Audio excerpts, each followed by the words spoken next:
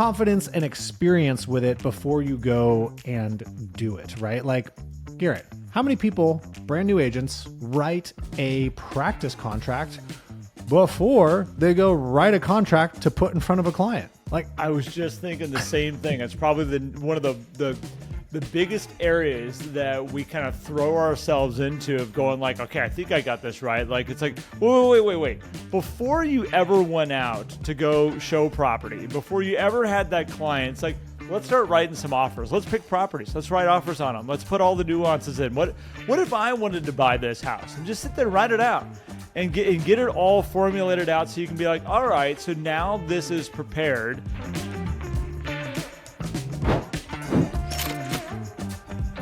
Welcome back to Life at 10 Tenths, where we inspire you to live at the pinnacle of your ability and purpose. I got my dear friend Matt Bonelli here with me. I am Garrett Frey as normal, and we are excited to be here with you today.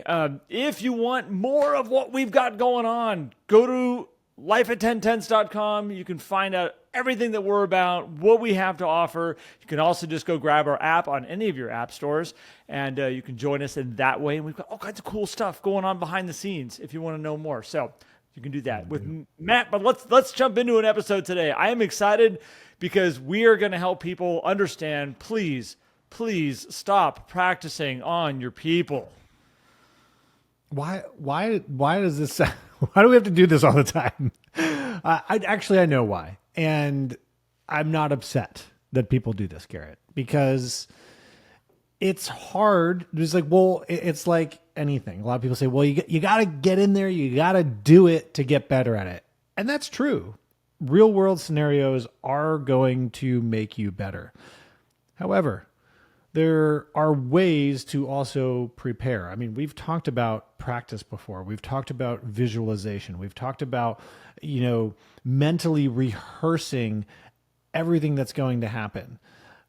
But then there are like just some people who go out there and they're just like, well, I'm just going to try this on a client. And it doesn't go the way that they thought. And they're like, oh, darn, right? Or the client doesn't get the best experience. And I mean, even, oh gosh, I could put a whole list of things. And this is why it's very important, not only because it makes you a better agent, Garrett, but the clients also don't necessarily know. There's so many agents to choose from. People buy and sell homes so rarely that they don't know that you're practicing on them. And I think that's a disservice to them. Oh, I 100%. And I think that let's use like market impact reports for a second, Matt. Like not necessarily something that the transactions happening, we're trying to negotiate, sure. We're trying to do something different, but like something that we use to grow and build new future business.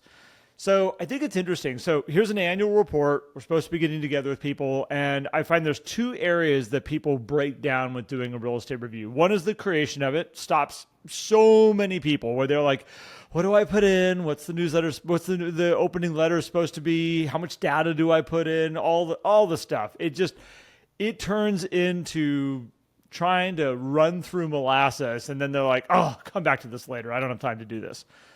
But the second piece of it is, now that I've created it, how do I approach my client? What do I say? How do I make it so it's not salesy? It feels I might be being salesy. I might be doing this. I might be doing that. You know what? I'm just going to do it. That's an old episode. But I'm just going to do it. I'm just going to call my people, and I'm going to get together with them, and I'm going to show up at their house and go, surprise! I have this thing that in their brains going, I know I'm supposed to be doing this, but it feels awkward. It feels strange. I don't know if I'm doing this right, but I'm supposed to be doing these. And all of a sudden we're doing a market impact report, and the person across from them is, they might be enjoying it. They might be going like, okay, thanks, Matt. Like, this is great. And we're not looking at selling right now, though. Like, we're not interested in doing that.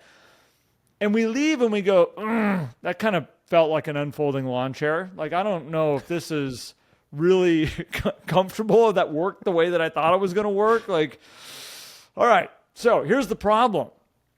One, we had a bad experience now doing this because we didn't practice and do it beforehand. Second is, we don't have a good experience of this works.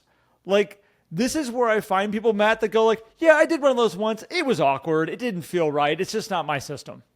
Yeah. Well, how did you do it? Did you wing it? Like, what did you do? Yeah. I mean, man, isn't that true with so many different things in life? Yeah. I tried it once, but it didn't work. So Yeah. it must not work. It's like, well, did you prepare? Did you practice? Did you do it over? And I think, it's worthwhile kind of talking through the difference of practicing in advance and practicing on your clients, because sometimes you do need engagement, and there are things you are going to try in actual real world scenarios, because that's where you have to test it. And so I think there's different kind of forums of practice that we need to think about. One is actually practicing conversation with a colleague, in the mirror. And that is something that we should definitely do, right?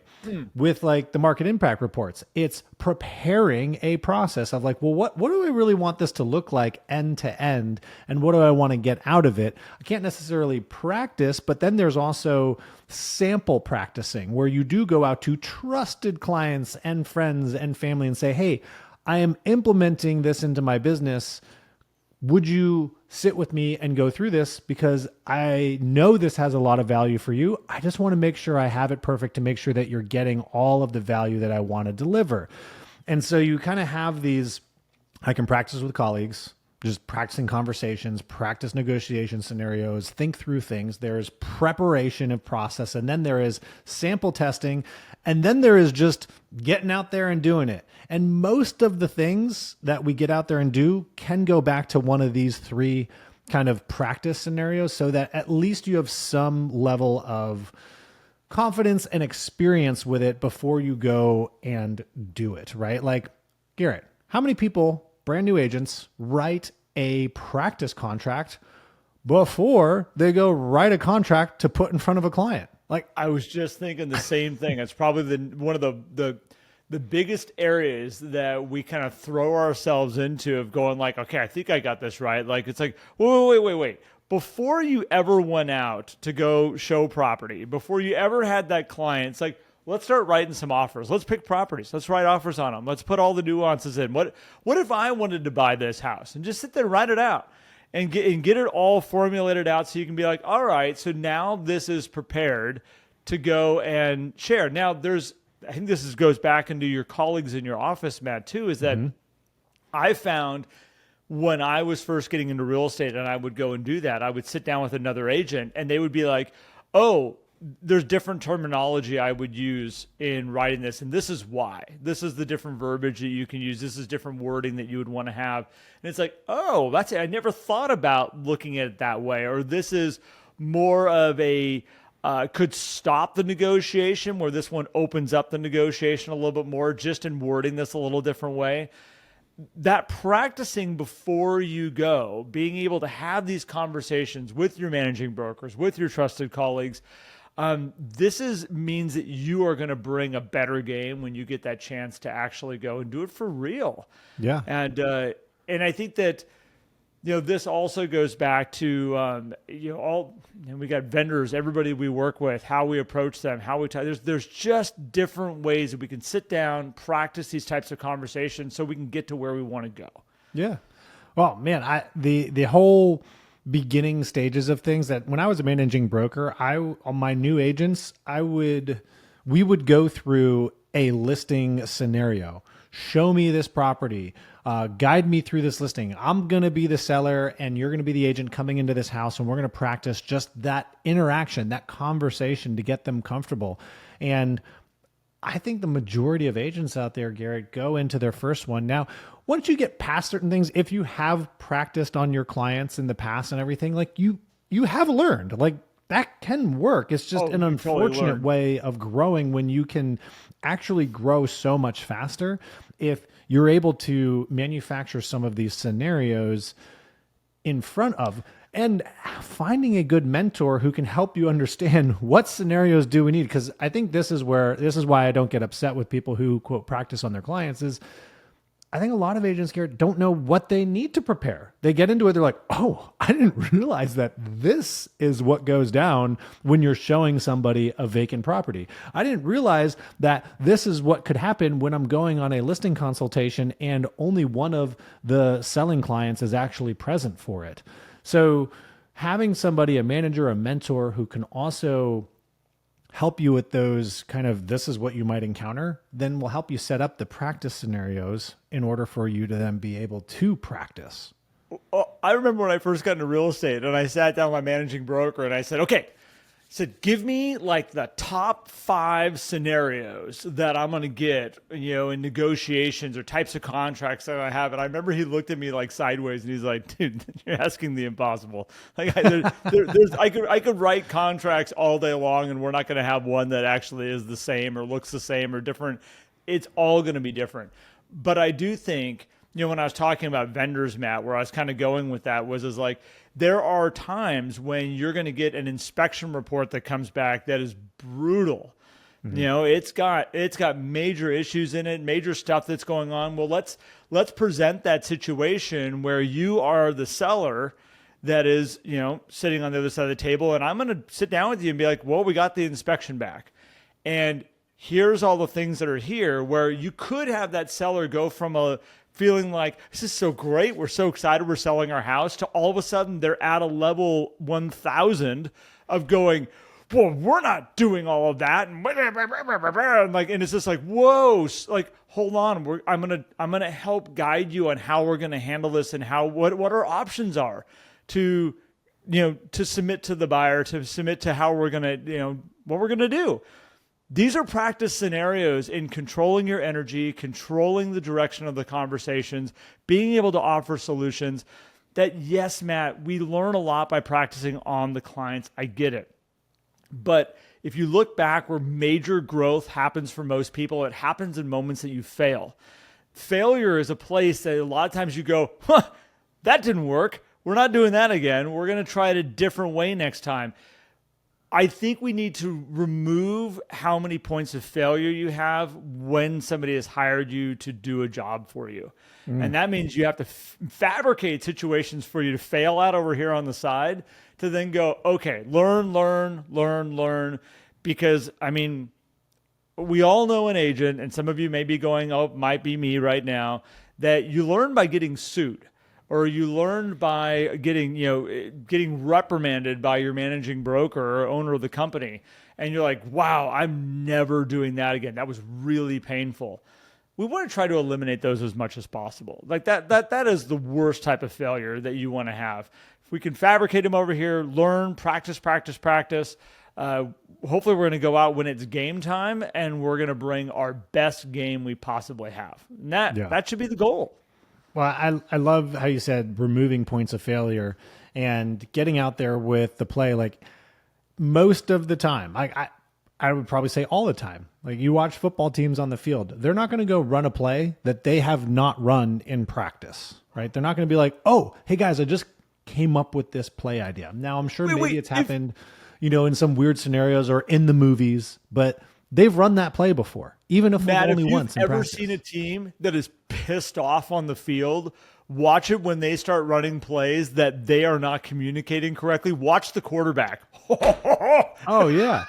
It is wild. And so I think instead of like evolving the don't practice on your clients, don't practice what you don't have to on your clients. Because there are going to be scenarios you enter with a client that you probably could not have practiced that.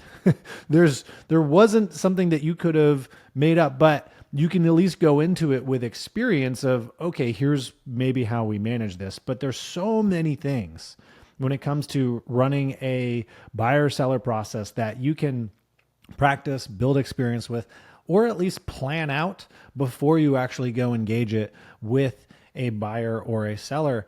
And that's what I want to encourage people to do, Garrett, is if you're new too, like if you're new and you're like, well, I don't have a mentor or somebody like this, it's like, okay, well then just ask yourself the question, even just starting by saying, well, what could happen when I go here? What do I want to have happen? That is a form of mental rehearsal that's going to help you prepare, right? Mm-hmm. I mean, gosh, because if you're just going into it thinking like it's all going to be good, you're going to be let down, and you're going to let somebody else down. That's the most important thing here too. I want to highlight is it's not just about you learning. You have somebody else on the other side of this that you're guiding, and they deserve your preparation. They deserve your expertise. And if you're new and you're like, I don't have the expertise, that's okay. They deserve your best effort. They deserve your preparation. And you can deliver. I've seen new agents outperform experienced agents just because they ask themselves questions that the experienced agents don't. And experienced meaning they've been in the industry, not necessarily the best at it, let's say. Well, so you brought up something early on in the conversation when you talked about practicing in the mirror. And it's funny is the amount of people that we talk to that are trying to build referral relationship businesses, Matt, and they go, yeah, but I don't like talking on the phone. And I'm like, well, maybe it's something that maybe you've never been taught how to talk on the phone, because it's funny, it's a skill that not everybody has. There are tricks and tools and things like that. And the other part is that actually practicing in front of the mirror and knowing the outcome that you want to have is an interesting form of practice in your business. And what I added in there, and I think it's important that people understand, is like, what is the outcome that I want to have out of this? And I think any type of practice that you're doing when you're going into it, you need to look at it and say, okay, this is the final outcome. The final outcome is I have a client that gets off the phone with me going like, I am so happy that you called. Like, this has been so great catching up. Okay, that's final outcome. We got that. The activity that we're going to practice here is making a phone call. And what are the steps that I'm going to go through looking in the mirror that I'm going to go through and say, what are the things I would do to create that final outcome that's going to make them get off the phone going, oh my gosh, well, what kind of questions am I going to ask them that's going to cause that kind of response? What kind of energy am I bringing to the table that's going to cause that kind of response? What mental space am I bringing into this? And if we can figure that all out, practice and practice and practice in front of the mirror, it's amazing when you go into the real life scenario and you're like, okay, so I'm calling Matt, and what are things I know I can talk to him about that's going to make him light up? I know I can talk cars. I know I can talk about his kids. I know I can talk about maybe house projects that they're working on and things that they're doing. We've got all these. I can talk about Bucknell. I can talk about, like, there's all kinds of stuff I can bring in that if I choose to is going to cause the final outcome. So I think when you're looking at being a master at negotiation, let's say we already brought the home inspection stuff. What are the ways that I can take a stressful situation and bring people down to a place that we're actually calmly negotiating to an outcome where both parties are like, that actually works. That feels pretty good. I think we got something here. Okay, that's the final outcome. Who is the person I need to be? What are the questions I need to ask? What is the information I need to gather to get that final outcome? This is how you have to enter into like this idea of practicing and working through these to be successful with it. Yeah, I love it. I mean, you're basically walking people through process. And most people don't have a process, and so they don't even think about practice. And well, what are the impacts if I just try this on a client without thinking ahead? And that's kind of the other interesting thing is you can practice in between things. People think, oh, I need to have, and this is where when the subject of practice is brought up, a lot of people think, oh gosh, I'm never going to be able to get out there in the field because there's so many elements that I have to practice and prepare for, and I'm not going to be as good. And it's like, that's okay, because this isn't, you're going to get out there and run a race and it's over. You have all of these moments in between communications. You can think ahead on an email that you're writing. Hey, what might happen with this email? You can get into a stage of the transaction where you're like, I'm not really sure what's happening next. Let me call my managing broker and have a conversation on how do I handle this? Or I did get this home inspection report back and it has something that I have not encountered before. Who can I talk to learn and understand, maybe practice, maybe it's just building more education before I go and engage in a full-on conversation with my clients. Like, we have time between communication points where the practice, the preparation, maybe even a sample kind of test scenario can happen before the next engagement. So it's not like you need to have it all ready to go right at the beginning before a long transaction. You can also look at these in little mini stages, Garrett. So there's tools that we have at our fingertips right now. Like there's so many tools that we have that can help us to practice. And I look at we've leaned really hard into AI here because I'm fascinated by it. And I keep walking around going like, really, it'll do that too? Okay. But I was talking with an agent the other day and she said, I take all my emails before I send them and I drop them into AI to go, what is the tonality of this? I need the tonality to be this. I need it to show up this way. If you think about it, that is a form of practicing. That is a form of saying, I'm going to practice this through. I'm going to get some more information on this before I actually give it to my client. You might be heated. You might be really hot over a topic. You might be in a bad energy state because something else had happened in your world. And you get to take this email and whether you share it with a friend, because that's what we used to do, we might run it by. There's so many emails I ran by my wife and she goes, why are you mad? I'm like, I'm not. I'm just trying to get the point across. Where now you're writing in all caps. Didn't realize I had that held down.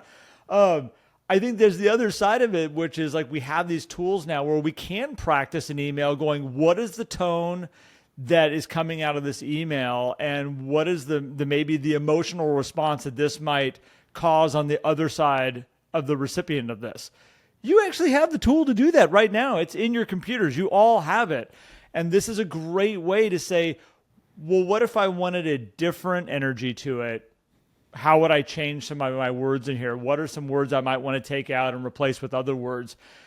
These are all forms of practicing. These are all forms of making sure that whatever gets in front of that client or how you're working with them is bringing the best of the best that you can possibly offer.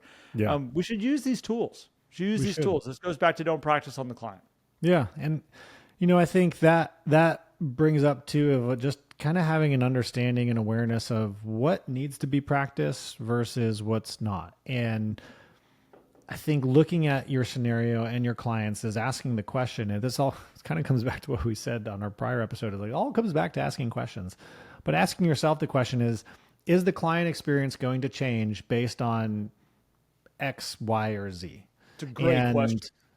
Or do we need to get into the situation in order to understand? And that's where you're not practicing on the client if you're doing something new, but you need to go do something new to learn. And the client's like, cool, let's rock and roll. Like even our last episode, not our last episode, because I think we had an interview in between.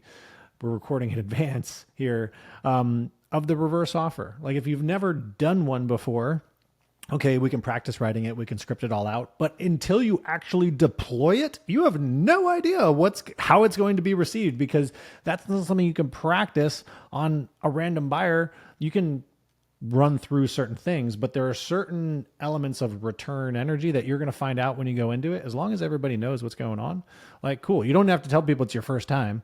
But well, I think you get what I'm saying here, right? I always love practicing stuff like let's take a reverse offer and practice it. Not you and I right now. I'm not doing that. But that is the example I think is funny, because when you sit down with a colleague in your office and you're like, let's do reverse offers back and forth. And of course, you either have the agent is going to be one or two things. They're going to be the worst case scenario, or they're going to be a total laydown, one way or the other, where they're just like, oh, like this was wonderful. Thank you. Like, I appreciate it. Like, this is a great thing. I'm so happy you wrote a reverse offer and you delivered it this way. And you're either going to get that, or you're going to get somebody going like, well, what are your intentions? Why are you even sending this over? Why aren't you waiting for us to write an offer to you? Like, don't you think this is weird? Don't you think you hurt your client's negotiation? Like, you're going to get one or two in this game of like, let's practice a reverse offer. So that I think there's so many variables in it, but it is the practice that you can do of sitting down and saying, okay, what type of conversations could I potentially have? What are the worst case scenarios? What is this? What would happen in this scenario? And you're going to do your best to figure out what might happen. And here's the crazy thing.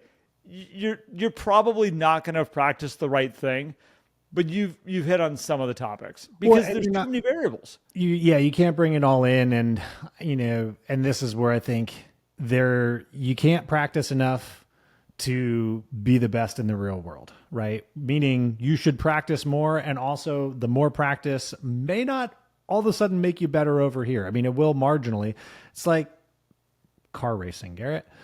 You can do as many practice laps as you want with nobody else on the track. Get better, get better, get better. You're awesome at all doing those practice laps. Then you throw cars on the track. You're not practicing anymore. Everything changes, right? And you're only going to get better at that by doing that more. You're still going to practice, but you got to get in more races. And then you practice and you got to get in more races. And so I want people to also take away from this is practice doesn't make you perfect. People say perfect practice or the right practice will make you perfect. Sure, it'll make you better. It'll prepare you better. Getting into the game is also really important.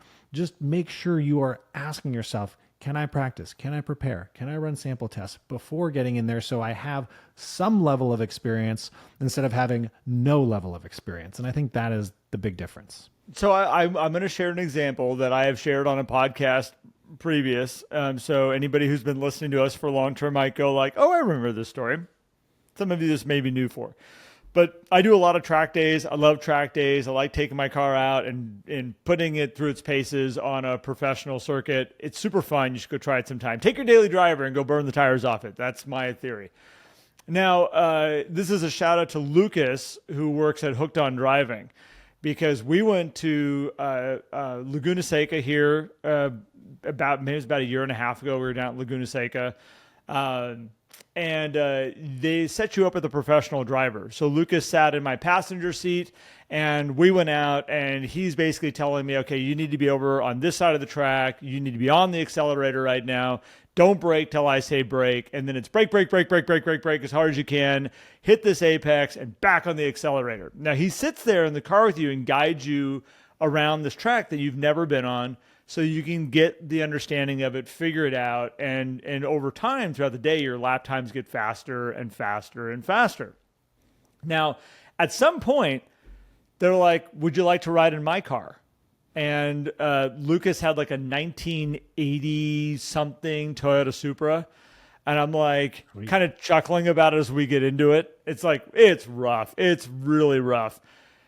We go out, and he crushes my lap time. I was hanging on to everything I could potentially hang on to inside that car because we were flying. We were going so damn fast.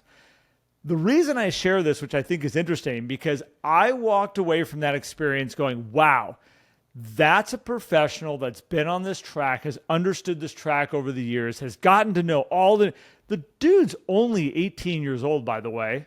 So like, he doesn't have that many years of experience on this track, but he obviously knows it inside and out. We were leaving at the end of the day, and I walked up and said, Lucas, thanks so much, man. This was an incredible day. You taught me so much out here.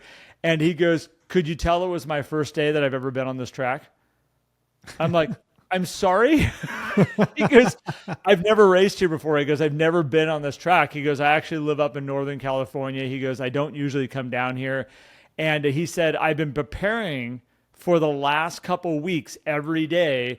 I sit down in a full race simulator, and I've been racing this track over and over and over again, learning the braking points, learning the turn-ins, and he said, you know what, I'm really happy because I got here today and I was afraid because sometimes they're very accurate, sometimes a little off. And it was fun to see how accurate the simulator was to this.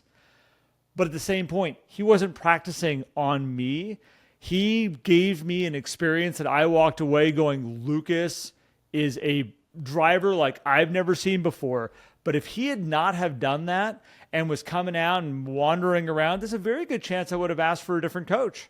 I would say, hey, can I get a different person in my car? Like, I mean, I don't know why I spent all this money to have somebody, this is their first time on the track. It's my first time on the track. Why would I want to have a first timer with me, sitting alongside? But you can practice. You can be ready for the game. You can be ready for the scenario, the situation that's in front of you. So shout out to Lucas. Shout out to Hooked on Driving. Lucas is going to be like, what? Who's request? What happened? He's good. I would love for this to get to him. That would be really cool. That would be cool. I think, and that highlights too, whenever we talk about practice, preparation, these things, it's about putting in as many reps as you can, however you can, so that you improve. Because the practice reps, the actual performance reps, they all compound. And this is where a new agent who practices, writes more contracts, does more CMAs for listings that they aren't going on, can outperform an agent who's been in the industry 5 or 10 years, who only waits until the opportunities come up and to do CMAs, to do market analysis. The person who's doing it behind the scenes, putting in the reps, is going to be better when it's showtime. And that's how an 18-year-old kid can outdrive a 40-year-old man. So there you go. 47.